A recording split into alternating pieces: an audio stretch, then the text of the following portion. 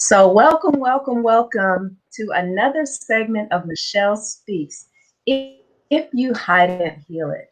Michelle Speaks is dedicated to highlighting those who have experienced hardships, harnessed those lessons, and have used their experiences to create positive changes within their communities and their spheres of influence. And so today I have with you, I'm honored to have with you a very, very special guest, a dear friend, a fellow veteran, and a fellow entrepreneur who is going to share with us today his journey of how he continued to rise time and time and time again out of the ashes to create um, positive impact within his communities.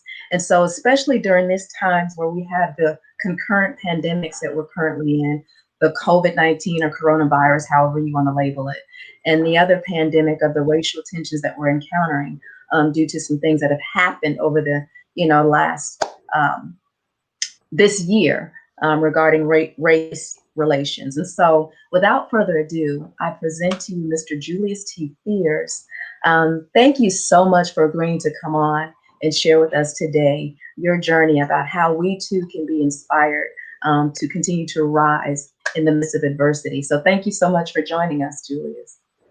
Yes, thank you. It's truly a pleasure, and thanks for asking me to come on and talk just for a moment. Right, right.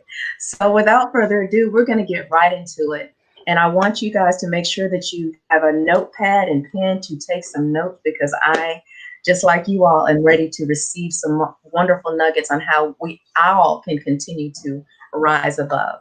So for my listening audience, Julius, can you tell us who is Julius T. Fierce personally, professionally, and spiritually?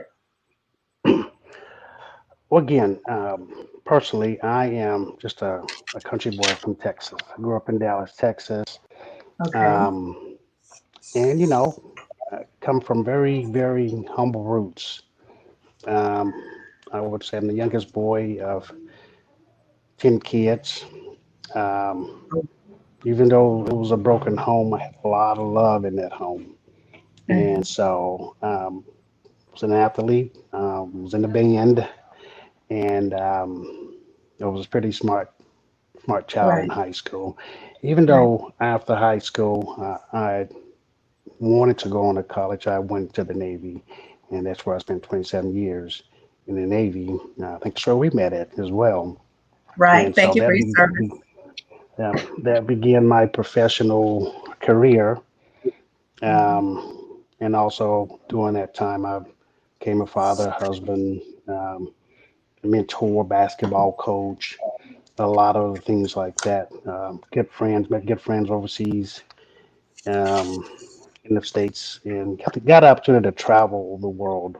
And so even I got an opportunity to learn more about the Lord as uh, I dove deep into the Word of God. So, Mhm. and I just thank God for the travels that I've been able to receive or to Right. journey on because it's truly given me a different perspective of people Mhm. and opened my eyes to um, my sacrifices, my success, and gave me an opportunity to grasp mentors and grab some proteges to go along the way. As I climb, I intend to lift, and so that's what I've been Right. doing.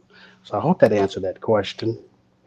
I believe it answered them all. I love that quote that you just said. That was quotable. As I rise, I continue to lift. As I climb, I continue to lift, right? That's correct. I love that. As I climb, I continue. I'm sorry, I got to write it down. So I hope you guys are taking notes. Continue to lift. So that is a little bit an overview about who you are. But I've been blessed to know you for so many years, and you've definitely been an inspiration and a motivator in my life. And so you've shared so much with me over the years that I've taken on and I've grasped and I've learned the lessons that I've learned, some less life lessons that I learned just being, a friend to you. And so what I wanted to kind of did dive into, what was life like growing up in Texas? I know you mentioned that you came from humble beginnings. It was a broken home, but you had a lot of love. So what were some of the things that you encountered um, growing up in Texas? Mm. First of all, it was hot. It was Right, very hot down there. right. But being a country boy, you got kicked out the house. You either go, Mhm. work in the farm, go clean up a yard, go till a garden, go cut Right, cut some grass, or just go out there and play. Playing was right. not for the house. One time you got to sit in the house as little kids is when you shelling peas and Mhm. putting them in them bags for hours and hours and hours. I grew up Wow. in the projects. Right. Grew up on welfare all the Mhm. way up and probably until I graduated high school. Um, and always had the idea of I want more because I had a mother that pushed me to do more, Mhm. to get more. And so I had that internal drive, that internal Right, initiative to make right. sure that um, everything I put my foot towards, that I Mhm. exceed, whether it was grades, whether it was building my first basketball court in my yard, whether it was building that shed in our yard, whether it was cutting the grass, whether it was playing the instruments. I played two instruments in high school. Mhm. Started out in seventh grade, and so no matter what I did, my mom always told me to always do your best. And Right. once you get to that point where you think it's your best, keep going, keep Wow. going. And so So, that's been always my drive is never get to a point where I think I've arrived or mhm. never, and, when I can look and see my pinnacle, then what's beyond that? And Right. so I always want to see what was beyond that. And so that was me growing up in Mhm. Texas, and I want to do something after that. So, but that Right, was my growing up in Texas. right. And that was a powerful statement you made. I'm trying to keep note of them and still be attentive to so I don't miss any nuggets. But you said you strive even to when you do your best. That's something your mother told you that you continue to strive for more. Not resting on the laurels of Hmm. that's my best, but striving for more. And so I know one of the pandemics we're encountering now. There's not much in the headlines anymore, but it's still going on. Is the challenges we're having with racial tensions. And so I know that Texas has been known for having a lot of racism. Did you encounter any of that growing up? And if so, how did that impact you? And how did that shape you? Of course, I did. I mean, I was in a true red state, as they call it. I do recall in high school. Let me just give you one example. We had a max of 10 cheerleaders. We had to vote for two black cheerleaders. So there was a max of only two black cheerleaders Wow. on that squad. On a And squad of they how would tell many? all the other kids, 10. Okay. And so they would tell all the other kids, hey, you can't have no more than two, but you have to vote for two.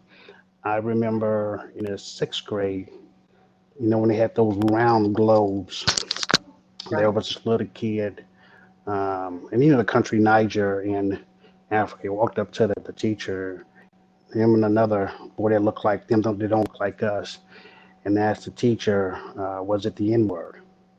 Hmm. And they all kind of chuckled. And I remember just driving, stopping at a red light, and the N word being screamed out at me. I remember brushing up into a lady at a grocery store, and she literally tried to wipe herself. Oh my goodness, it got on me. Right. And countless other examples. Um, I became immune to it.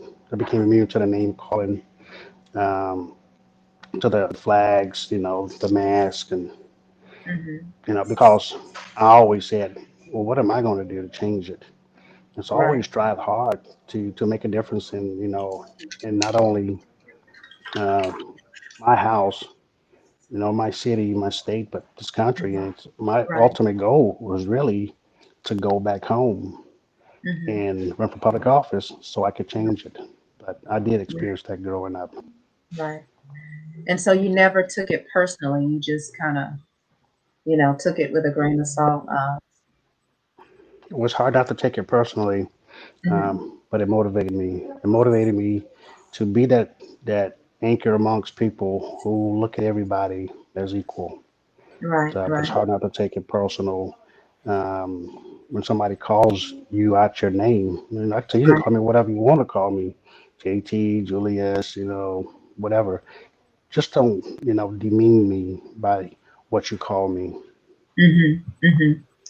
And so, I've often said this. I've had conversations, and we've had a couple of meetings within the city where we're trying to do our part to come together, to counteract, the systemic racism. And so I often say that, in order to be a part of the change, you have to go within the system to change within that. And Hmm. so, I look forward to following you to see, when you do run for office, and see how you impact within the system to make that change.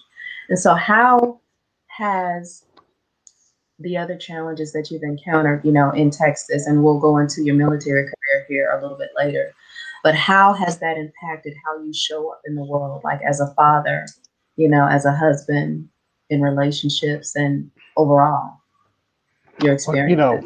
like I said, even though come from humble beginnings and experience the relegated moments in life, had a lot of love and and I had some mentorship to push me.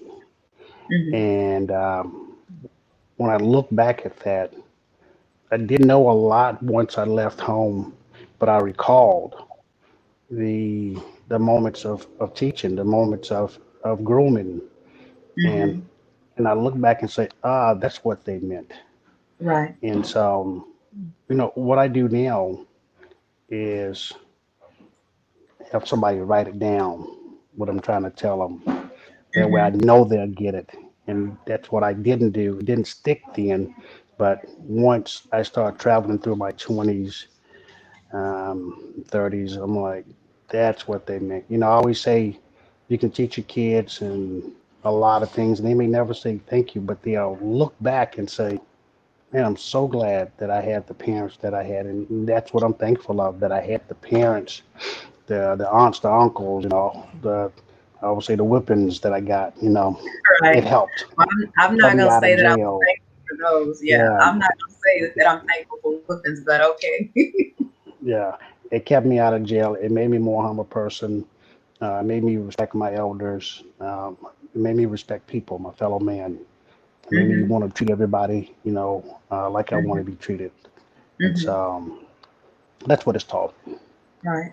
So what was, we all growing up, especially as children and going into the teenage years, we um, go down this road where we're trying to establish our own identity and find our own way. And so, we may Hmm. become what our parents deem rebellious. And so during that time in your life, what kind of things did you become involved in? And what was the turning point that drove you away from wanting to delve further into going off the beaten path or the wrong path? I would say my mom kept me in church and she kept me Hmm. around good people. Right. I recall myself getting in this pseudo gang, per se, uh, nothing official, just people will call us the bad news bears. I think because every time we went somewhere, bad stuff happened to us. And so one day Right. I'm driving through a park by myself, and these guys stopped me in the car, pulled me out, and began to beat me up. Hmm. And left me laying there. And so I was able to finally get up and get away. And um, so a couple of weeks later, my uncle came to town. And he had heard about it, and he said, "Hey, let's go to the park." Right. And my mama looked at me. She said, "Don't play God." Mm. And so the things that she would say, when mother speaks, it kind of resonates with you. And when she spoke, because I respected her so much, it resonated. It resonated with me, and manifested in me, and I thought about it. And so even though we got to the park, my uncle was like, "You see him? Let me know." He said, "I don't want you to do anything, but I'm gonna take care of him." Right. But things like that, kept me from going the wrong direction. What my elders, parents, and aunts and uncles would say to me to make me say, "You were raised better than that," Right. and so that's what kept me from going off into the deep end or the wrong direction. Right. And I know that, that can be challenging to do, especially when you Hmm. encounter some of the things that you encounter. I mean, I know I can think back on times in my life where, I didn't want to, I know it says in the word that vengeance is mine, says the Lord, but there Right. were been many a time where it took everything within me, not to take that vengeance onto myself. And I'm not gonna Hmm. lie, sometimes I did anyway, and I felt bad about it Right. later when I saw, what the consequences of those actions were. But if what would you say to someone that is encountering is in a dark space, hasn't Well, adjusted or adapted well, to our current situation, and they're contemplating, well, I might as well just, what would you say to that person? well, we all have our valley moments, Hmm. and one thing we have to realize as we're going through the valley, we have to keep going because there's an exit to this valley. But as we're in that valley, as long as we don't sit down and take off our shoes and rest and relax, then once we get out of that valley, we can work our way up to the mountain. And I Hmm. guarantee as we get to that mountain, we're Hmm. stronger, we're better prepared. And if we just take a moment to look back and grab that hand of somebody that's struggling as well, Hmm. then like we always say these days, we're all in this together. And so Hmm. we will unite each other. And a lot of times what we don't realize is that we'll find ourselves in in a problem, in a situation. But the whole time we're in the problem, God already has a solution Right. figured out for us. And so we, we just have to realize that there's already a Right. solution figured Right. out. The problem is sometimes we try to figure out the solution ourselves Hmm. and realize instead of realizing it's already there. It's already Right. there. And have faith because faith doesn't make it easy, but it makes it possible. Right. So that's what I would tell somebody. Thank you for that. I like that too. Faith Hmm. doesn't make it easy, but it makes it possible. It's So true. you're dropping a lot of little quotables there, a lot of little nuggets. So, I wanna move on to your military career. That's where I came, to know you. And we all know in the military, we want to join because we want to be a part of something greater than ourselves. We want to experience the world, but what happened to you, because we encounter obstacles and we have to work that much harder, and it's sad to say this, but it is the truth. Because we're African American, a lot of times there's overt and then there's um, subvert, racism. And so, Hmm. what obstacles did you encounter, especially because you went through the ranks and went on to become a naval officer, which is, a very um, elite, class of service members. So, what were some of the challenges that you encountered, and what did you learn during those lessons, and how did you use that um, to prepare you for where you are today on your journey to where you are today? Well, one thing I did learn, well, thanks for all, well, first of all, thanks for recognizing my career. It was a lot of hard work. I had some good mentors, some that looked like me and some that didn't. But Hmm. one thing I realized doing that time in the Navy is uh, if it's been done, then you can do it. And so when, when I experienced the challenges, whether it was racism in a school, the apprentice school, because as a cryptologist, it's not many, then it wasn't many that look like us. Right. I was the only one in my apprentice school, and I asked about, the accelerated advancement. You say you have to graduate the top 10% of your class to receive that. But here's the key thing what he said. He said, but you don't have to worry about that because you won't get it. Well, I got it. Mm, I right. got it. I was one of the ones that got it because of the hard work that I put in. Hmm. I think I made 100 on every test. to make sure I get that. And so I studied even after the study Right. period to make sure Right. every test that came before me, I aced it. Mm-hmm. When I went back to another training school, Hmm. normally they give you the top 10%. The undergraduate gets to go first in the list of names. Um, Again, the only person that looked like me in the class. Uh, and so when I graduated to number one, instead of them going in order of the top percent of the class, he went in alphabetical order. And Wow. so, and that's okay. And that's Yeah. okay. Um, and a host of other things, from trying to attain rank, um, sit in different meetings and get in certain positions. But, I looked at it as if it's been done, then I can do it. And Hmm. so when I got knocked out of the running of something that I thought that I was warranted, it didn't stop me. It didn't stop my stride. I Hmm. just found the way around it. You know, Right. It it didn't wasn't slow a you down pimp. at all. No, it was. Of course, it slowed me down, Hmm. but it didn't stop my stride. Hmm. And so I continued to push and push and push until, uh, I got what I was trying to achieve. Right. And so it wasn't their barrier that they put up wasn't permanent. It can only stretch 6 feet. And so then I can walk around them, go under them, over Wow. them, and find a way. And that's what I Wow. did. That's what Hmm. I did. Right.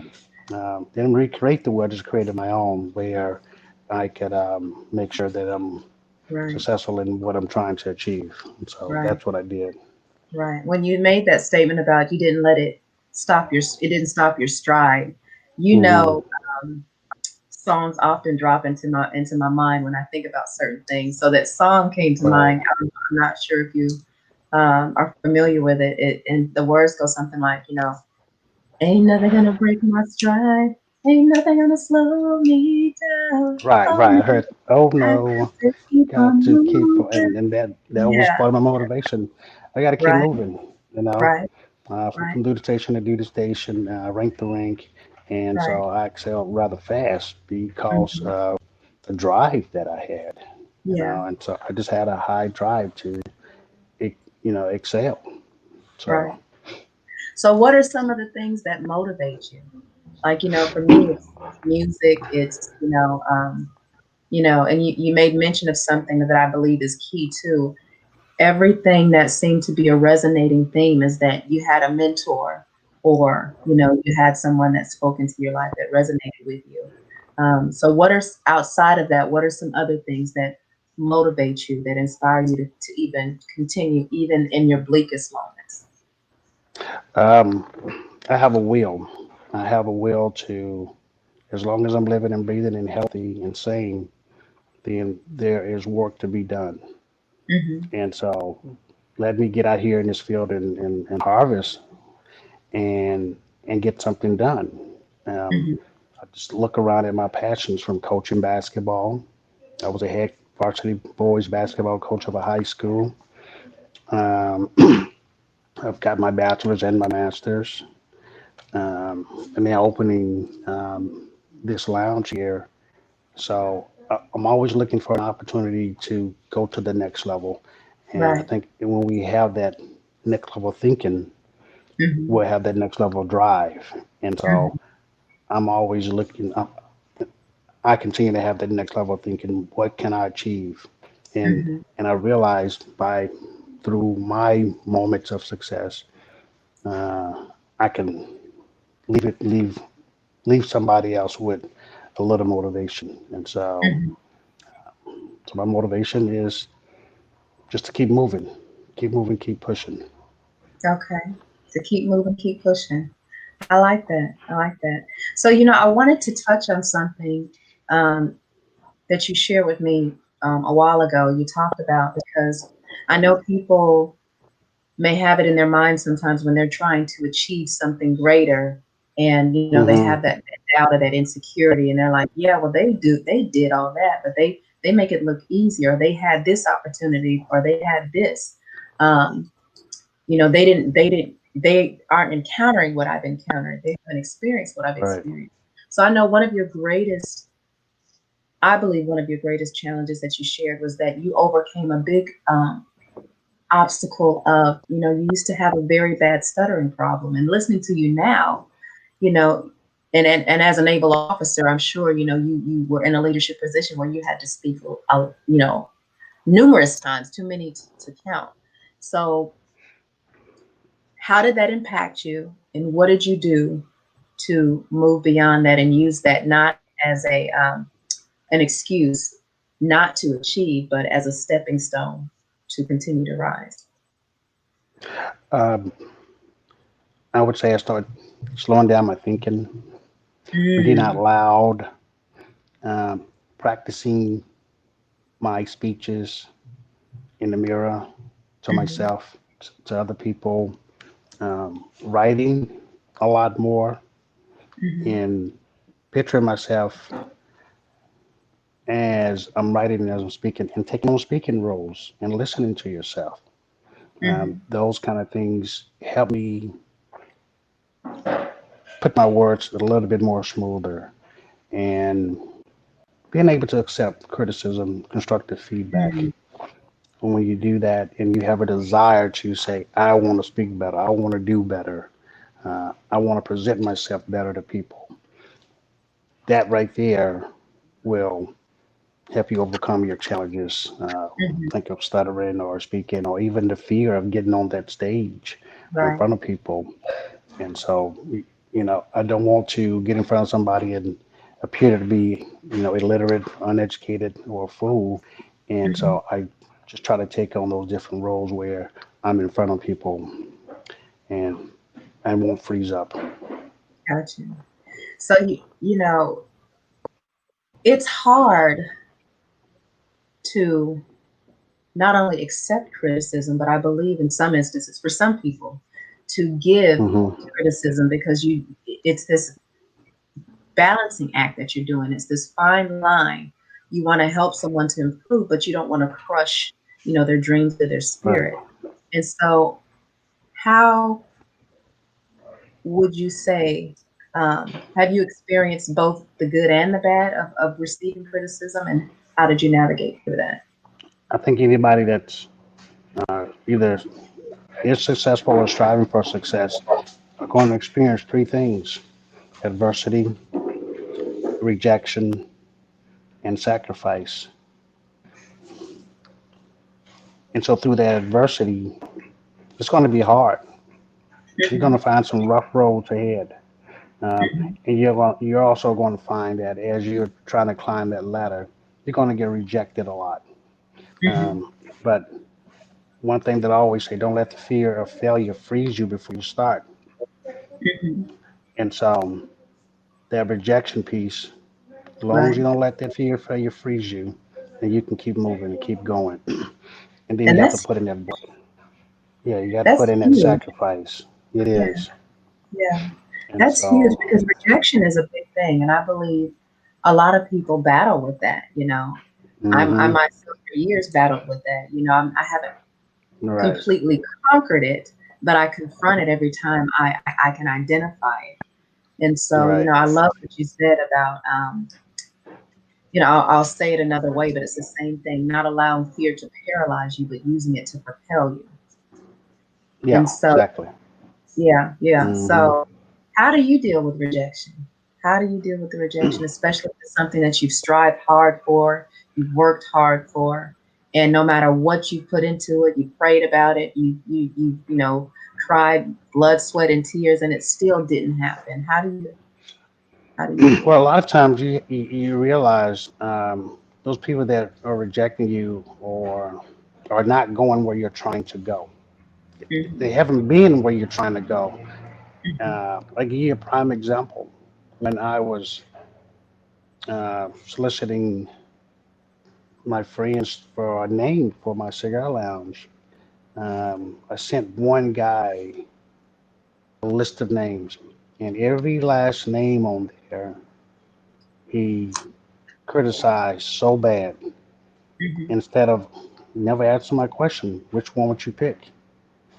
I didn't Mhm. ask them, what do you think about these names? Right. And so it got me to thinking I need to stop asking people who've never been where I'm going Mhm. for directions.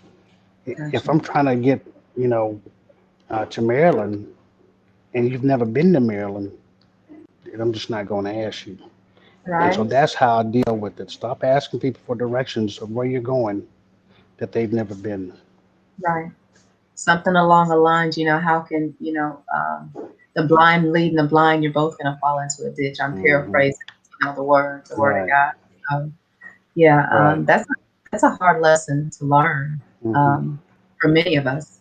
And I speak for myself, because even though, because I value, the input and advice that I get from those that I Hmm. consider, part of my inner circle, part of my, accountability. How important would you say it is for someone striving to grow and to seize the day and rise above during these uncertain times? Is it to have a tribe, a support system, an accountability system, and how important is that?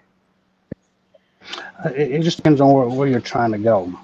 Hmm. And so if you haven't reached your pinnacle, um, then I think it's very important that you keep going, and I always think success is not how far you've gotten, but the distance you've traveled from where you started.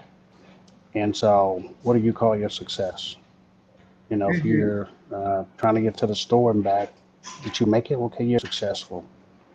But if you hadn't reached what you call your success, look at your goals and look at the goal that you want to achieve and set a plan.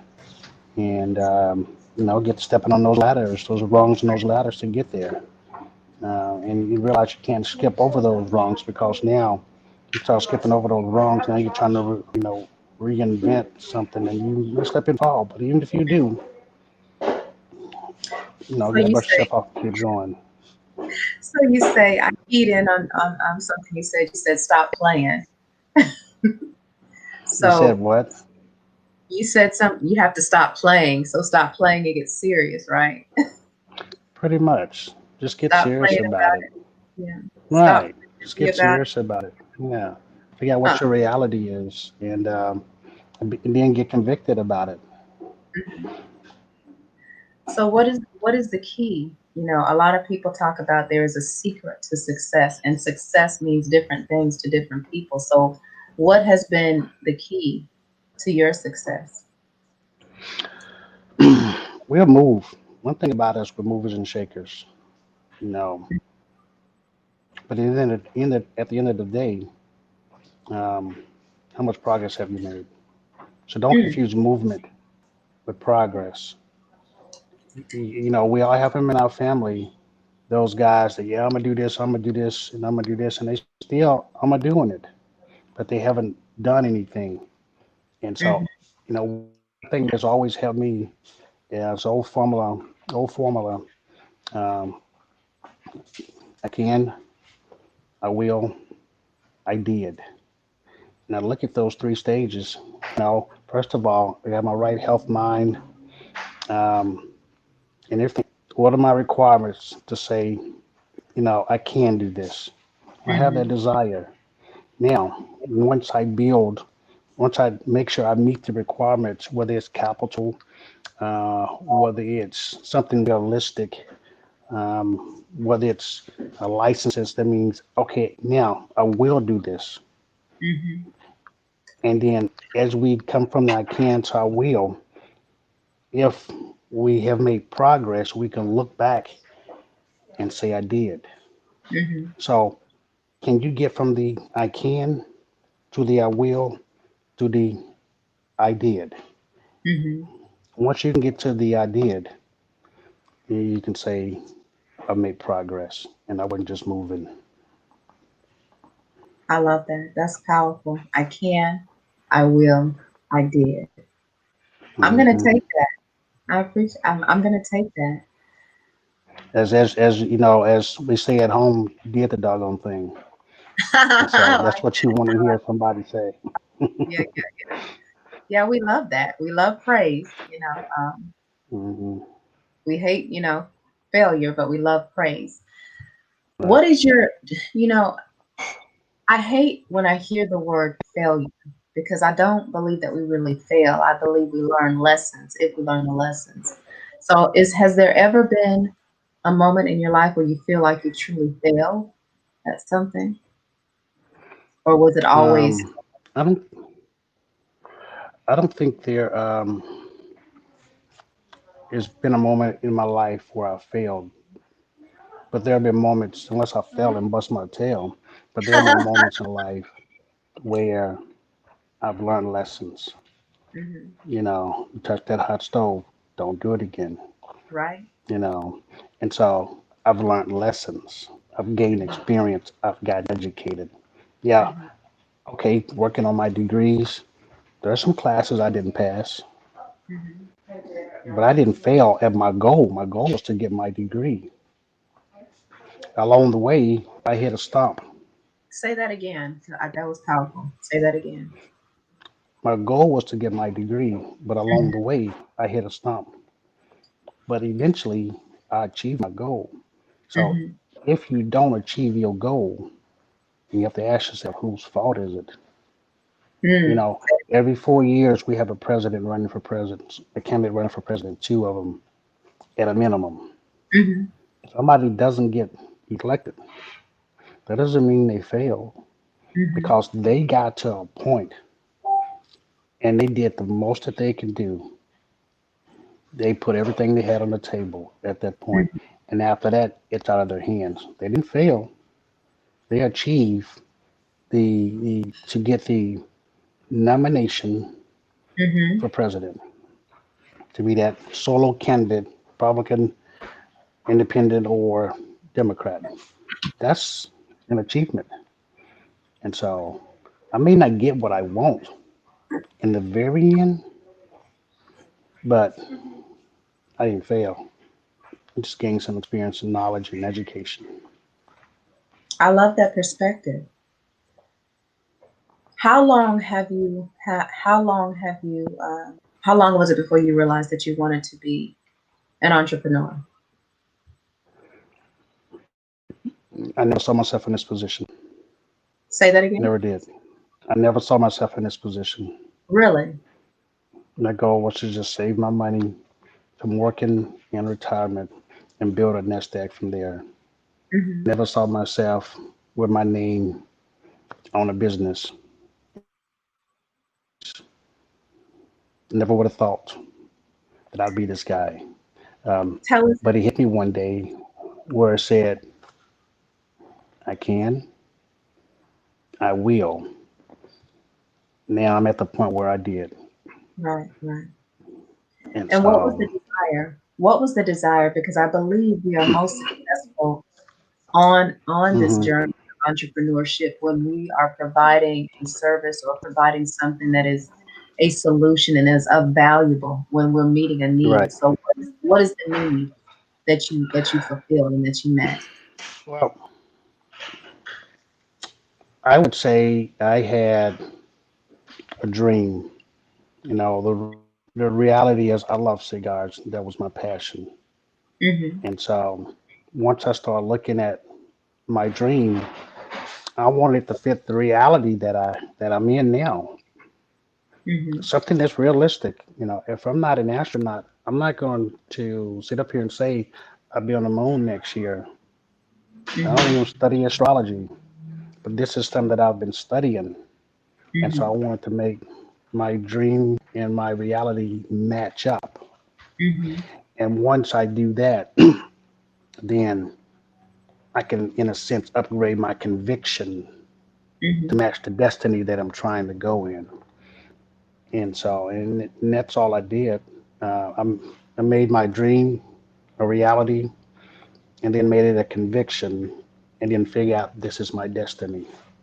So a Hmm. lot of times we'll get into a point in our life um, we'll, where we'll downgrade our dream to fit our reality. Mm. But instead, Expound we on need to upgrade our conviction to match our destiny. Has there ever been a point in your life where you downgraded your dream to fit the reality?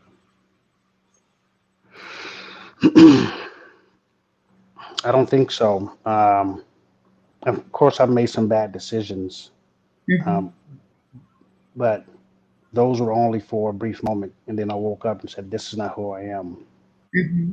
And so I quickly ushered my way out of that that stance in life, whether it be hanging out with somebody, whether it be partaking in something that I shouldn't partake in, whether it be overeating because I love sweets, um, whether it be not exercising because we can get Right. complacent, Right. whether it be talking bad about somebody, in a sense where we're demeaning them or relegating them.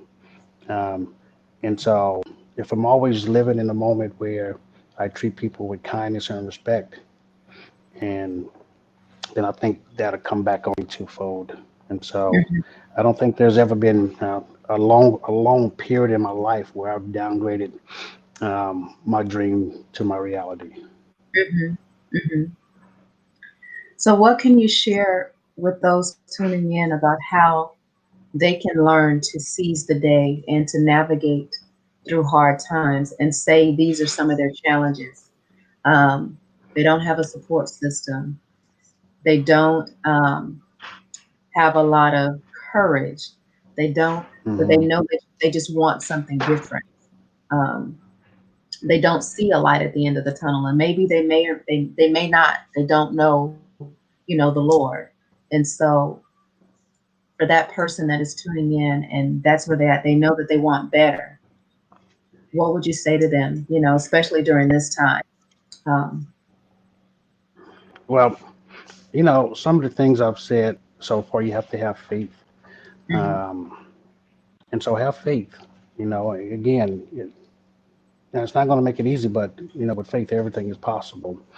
Um, and don't freeze up. And if it's been done, then you can do it. mhm, Um, it may take some time, it may take some study, but find your formula for success. Mine's rise daily, work late, strike oil. That's just my personal one. But with success, got to keep in mind it comes adversity, rejection, and sacrifice. But if you mhm, go through those, you also will mhm, realize that you can get from the I can to the I will to the I did. And mhm, so if you just have to have that conviction, you have that conviction, I'm telling you, and realize what your purpose in life what your purpose in life is. Because once you mhm, realize what your purpose in life is, then that'll be your drive throughout your life, whether it's your family, whether it's the people you surround yourself with, whether it's your mhm, job. So find out what your passion is, make it your purpose, mhm. and you know get in motion. Life will be What is grand. your What is your purpose Hmm? in this? What is your purpose in this life? My purpose? Mm, to do good unto people, and I realize that there's no limit to the amount of good that you can do if you don't care who gets the credit. Ah, And so I don't care who gets the credit. Um, and so having that mindset that makes the good I do limitless. who gets the credit? I'm sorry, the credit. I had to write that down. There is no limit to the good that you can do if you don't To care the who gets amount of good, to the the amount amount of. of good you can do if you don't care who gets the credit. If you're always raising up your hand, like some of our politicians and sports players, and saying, I did it, that was me, that was me, Right. um, I'm responsible for all this success. You don't care about that, then you continue to do good. I remember Steve Jobs said, um, we hire, we hire smart people so they can tell us what to do, not so we can tell them what to do. Mm. And so Oh, I look at the staff that I've hired, and I said, tell me what works. mhm. And I trusted him. And so To That me, key word. I think, yeah, I think it's going to work. I'm gonna text you. That key word, you said a very key word, and that word is trust. And so Mm-hmm. trust, not only being able to trust the team or the people that you surrounded yourself with, but to be able to trust yourself. Um, has there ever Right. been a time where you haven't trusted yourself in the process? I've doubted myself. Mm-hmm. I have, as we go through this life, we gain different experiences. Mm-hmm. And, do I want to be the one to take that clutch shot at the end of the game? Mm-hmm. And so I think uh, that right there, having that mindset, it will prevent us from um, being successful, reaching our pinnacle. And so Mm-hmm. I think we should get to a point where we can say, I can take the clutch shot. And here's a thing that a lot of times people don't realize. Um, if you can cook a meal and everybody come eat your food, and you know that food's going to taste good, then you can take that clutch shot. You can gain that confidence to step outside of your realm and go to the next level. And so, yeah, sometimes we look at those that have restaurants where they started right there in their home cooking, and Right. somebody told them this is really good, and so they developed that next level thinking and to go to the next level. Mm-hmm. And so now you finding them taking that clutch shot, throwing that Hail Mary, you know, reaching up and saying, I got this. Right. And then once you achieve a certain level of success, that just gives you that momentum to keep going. Hmm. That's how- Yep. So And what? so, So like I said, Julie, I've doubted myself, but, yeah, um, and there are times where I may look at something and not know how to do it, but I think now at this stage in my life, I don't doubt my abilities. I triumph over them by going out there and finding that information to learn about it. So go ahead. so you obtain the knowledge that you need to be able to continue to grow, basically. That's it. And then I share it with someone. Got you. And that's key. What has been, Julius, one of your most defining moments in life? I know there's probably many, but just one that really stands out and resonates with you. Mm. I would say maybe a couple. My kids, Mm-hmm. seeing my oldest daughter uh, go to the Marine Corps. The Marine Corps is hard, especially for a young lady, and seeing Hardcore. her achieve something. And so that becoming a naval officer and becoming an Omega man. And so those are some things that I would say that have defined who I am because um, becoming a naval officer and becoming an Omega man kind of helped groom me and shape me into different ways of my life of who I am now.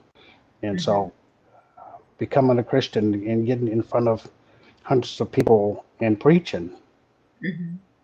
and, preaching Sunday after Sunday after Sunday, traveling to different churches where I didn't know anybody and getting up there presenting God's word, knowing Mm-hmm. The the weight of the level of responsibility. trust and that you have that you're standing up there. And Yeah. so that was hard stuff. And starting a congregation when I was in Africa. Right. And so those kind of things, um, it helps groom you into the person that, you are becoming because I think we're always becoming as Right. long as we keep moving. So, Right. and those kind of things right there just continue to build my confidence. So from being a Christian to being a father, being a naval officer, and being an Omega man, I think it helped grow me into the person I am now to become a business owner. Awesome. Awesome. And so tell us about Tranquility Cigars. Well, Tranquility Cigars, one thing I like to uh, brag on is the little slogan I gave it, lounge, laugh, and live, because of the established clientele we have. Uh, we come in here and this 20-seat lounge, which is about three sections. We Mhm. we sit around here all day. Men's and the women's gonna become women coming here as well. Mhm. We laugh like crazy. We laugh either what's on TV or at each other. And you can say that we practically live up in here because it's like that Mhm. old TV show Cheers. Everybody knew each other. And Right. so that's how we are. And if you walk in here for the first time, you don't know anybody. By the time you leave, you feel like you're at home, and you'll want to come back here and live a little. And so it's a Right. place of calm. It's a place of moderation, and it's in a great location. We have three sections to sit inside and a patio outside to just to enjoy the pleasant weather of Eastern North Carolina. So Right. And I love that live, laugh, and life. Lounge, laugh, and life. I'm sorry. And lounge, one laugh, of the and things, live. lounge, laugh, and live. What Right. did I say? I got it backwards. I'm sorry. So lounge, You laugh, said and live. live. Yeah, Oh, lounge, we want laugh, you to and live live. here. Yeah, we want you to live here with us and enjoy yourself. And the fundamental foundation of all that was it was based on a love that you had of cigars, right? Right. It's cigars is an expensive hobby, Mm-hmm. but we truly enjoy I would say the tranquil moments it puts us in. Mm-hmm. Whether you come in here for 30 minutes or 3 hours, it takes you away from what's going on out there. And behind that smoke, there's always a friend. And so we like to think about that. Just, come get behind the smoke and know that we're friendly up in here. I love that. I love that. I love that. So definitely great things that you've done. You turn this time of uncertainty that where people are filled with fear and they're holding on to their dreams and putting their dreams on the back burner because they feel like this is not the time to do it. I don't have the funding. Hmm. Our country's in an uproar. But instead of you succumbing to that, you took the bull by the horns and you did the carpe diem, right? The seize the day. And now you've That's right. created a space where people can come and be at peace and make friends and laugh and love and lounge and live, even in spite of Hmm. all the uncertainty that surrounds us. So you're basically being that beacon of light during these times of uncertainty. What I wanted you to share with the listening audience is provide them with a takeaway and a call to action for those that are sitting on dreams, but one, they're afraid to trust themselves, and two, they're afraid to dream because they're afraid of failure. What can you give them as as a word of inspiration and hope? Well, the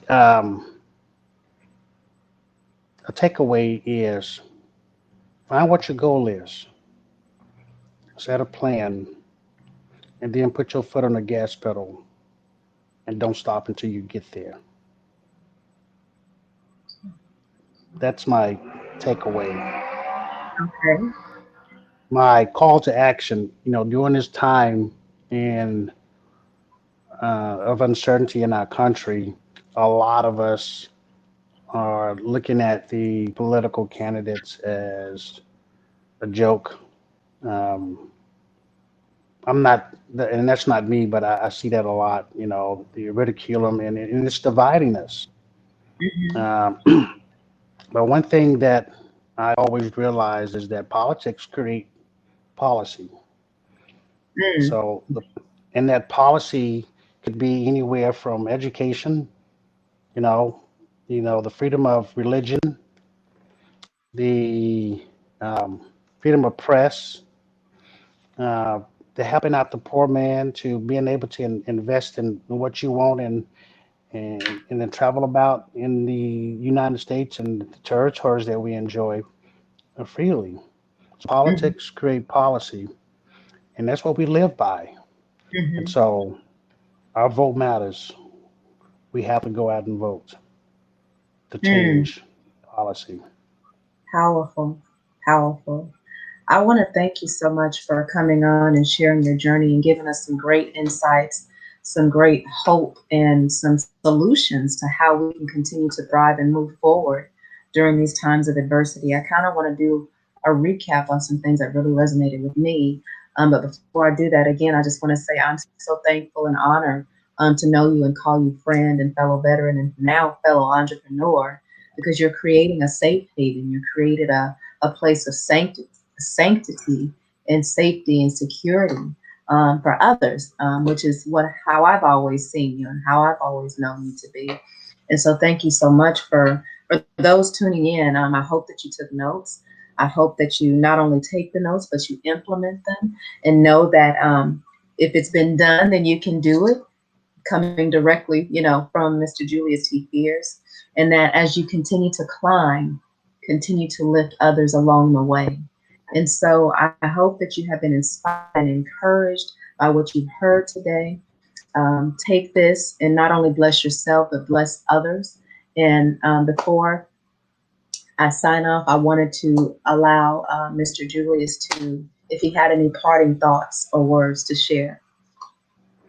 Well, I really want to thank you as well for reaching out to me. Again, thank you for your service and your friendship and collaboration on a lot of other things. And, I pray that your listening audience, as you said, take heed to the things that you share, and maybe I've dropped a nugget or two that they can take I and do. uh, allow it to manifest in their life and get them to a point where they're trying to go that they never thought that they can get to. And if Right, I can be of any assistance in that, right. again, through you, through my Tranquility Cigars Facebook page or Gmail, reach out. We are uh, in a realm that we can help each other and we can help somebody else along the way. And so I'm always willing to lift as I climb. And so my hand is always extended. So thank you Thank again as well. I love that. Your hand is always extended. So, for those of you that want to connect with Julius, as you can see scrolling across the bottom of the screen, you can connect with him on Facebook. Make sure you go and like the page and share it if you're in the North Carolina area. If you want, how can they reach out to you directly? I know you mentioned an email. Is there one that you wanted to provide? Well, just as my name is shown here on the screen, uh, JT Fears, I have a Facebook page. It's a small T instead of a big T. Okay. Or Tranquility Cigars. It comes directly to my phone.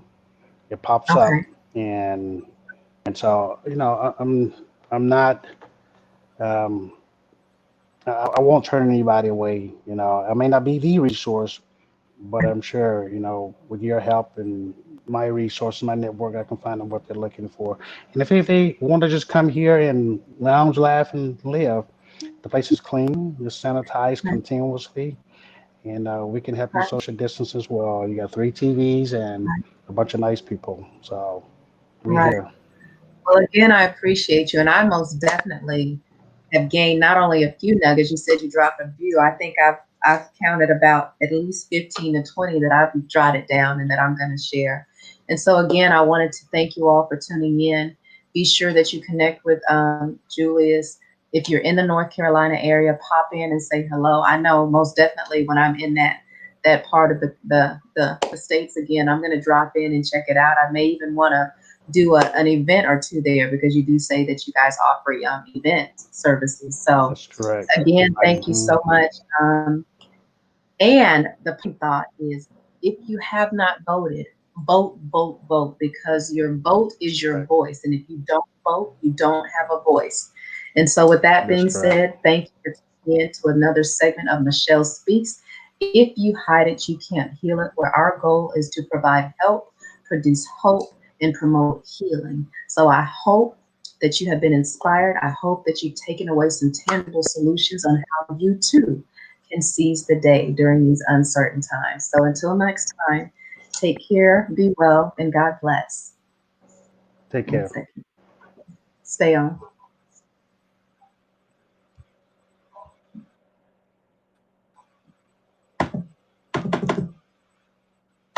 Alrighty. Operator error.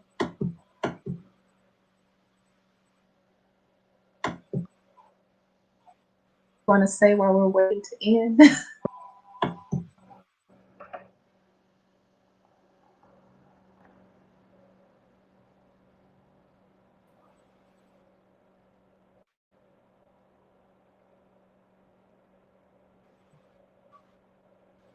So,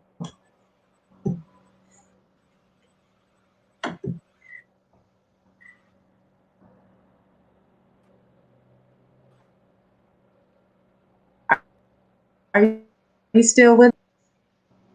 I'm still here. Do you want me to end the chat or leave the chat?